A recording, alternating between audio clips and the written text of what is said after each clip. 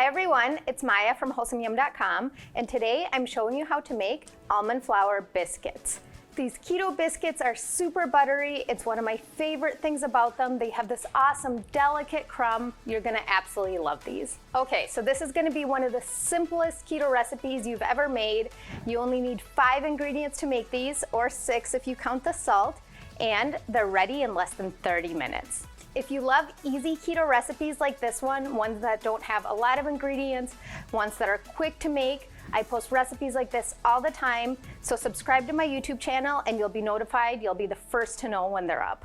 So let's talk about the almond flour real quick. This is the star of our keto biscuits. You can't make almond flour biscuits without the almond flour, and you're gonna wanna pick up a bag of this. The almond flour you use does matter. If you didn't know this, almond flour comes in different consistencies, different moisture levels. The one that's the Wholesome Yum brand is really fine. It's gonna give you that perfect texture in your low carb biscuits. I'll link down below where you can get this. You can get this on Amazon, you can get it on my website. Both places are a great place to get this. And once you have this, all the other ingredients you need are super simple. You can get them at any grocery store. Now that we have that out of the way, let me show you how to make these almond flour biscuits. Let's do this.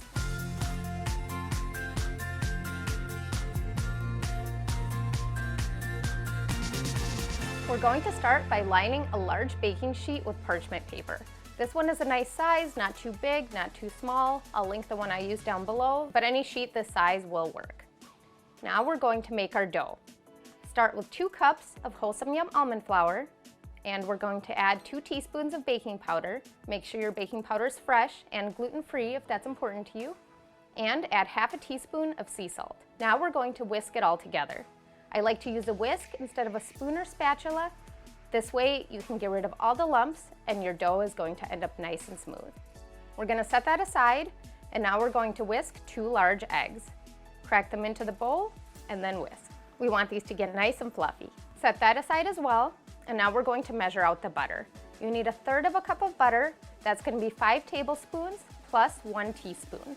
So most sticks of butter have little notches on the outside showing the tablespoon measurements.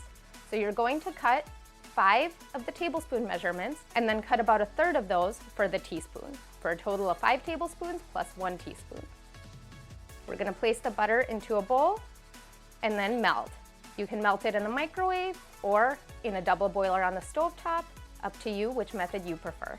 If you need to, you can also use coconut oil for a dairy-free option, or ghee if that works for you, but the flavor and texture of the biscuits will be slightly different.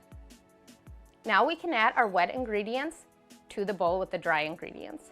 You'll add 1/4 cup of sour cream, omit that if you want dairy-free biscuits. Add the melted butter, and add the whisked eggs. You can whisk those fresh a little bit right before you add them in. Then use a spatula to just mix up the batter until it's nice and smooth. Be sure you get all the dry flour along the edges, and you can just keep folding and mixing until it's all uniform. Now we're going to use a cookie scoop and add scoops of the batter onto the baking sheet. Be sure these are about 2 inches apart because they will spread a little bit, but not as much as traditional biscuits, so don't worry about that too much. This is a super basic low-carb biscuit recipe, but if you want to get fancy, feel free to add other things to the dough before you scoop it. You can add rosemary and garlic, Parmesan and Italian seasoning, or make them a little spicy with cayenne pepper, smoked paprika. You can even add a little cheddar cheese. Feel free to get creative, but I'm keeping it super simple here. The cookie scoop allows us to get really uniform biscuits. That means they're gonna cook evenly. Once you've placed all the biscuits onto the baking sheet, gently pat on top of them to flatten them a little bit. They're not going to spread or flatten too much in the oven, so you wanna make them the thickness that you want once you're done. If you like, you can even flatten these a little more. That way you'll make little low-carb bread rounds, but the baking time will be less, so just keep that in mind.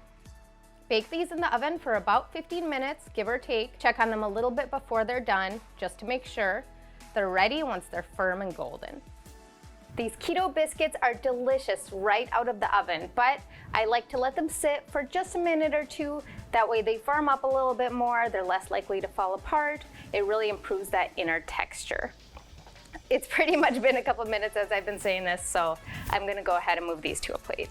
This recipe makes about 12 biscuits, but sometimes you get less. I actually got 11 this time. It kind of varies depending on how you scoop the dough. If it's more than you can eat at one time, you'll be glad to know these are super freezer friendly. You can freeze them for several months, or you can store them in the fridge for up to a week. I can't wait to show you the inside of these. They are so buttery. Here we go. Look at that.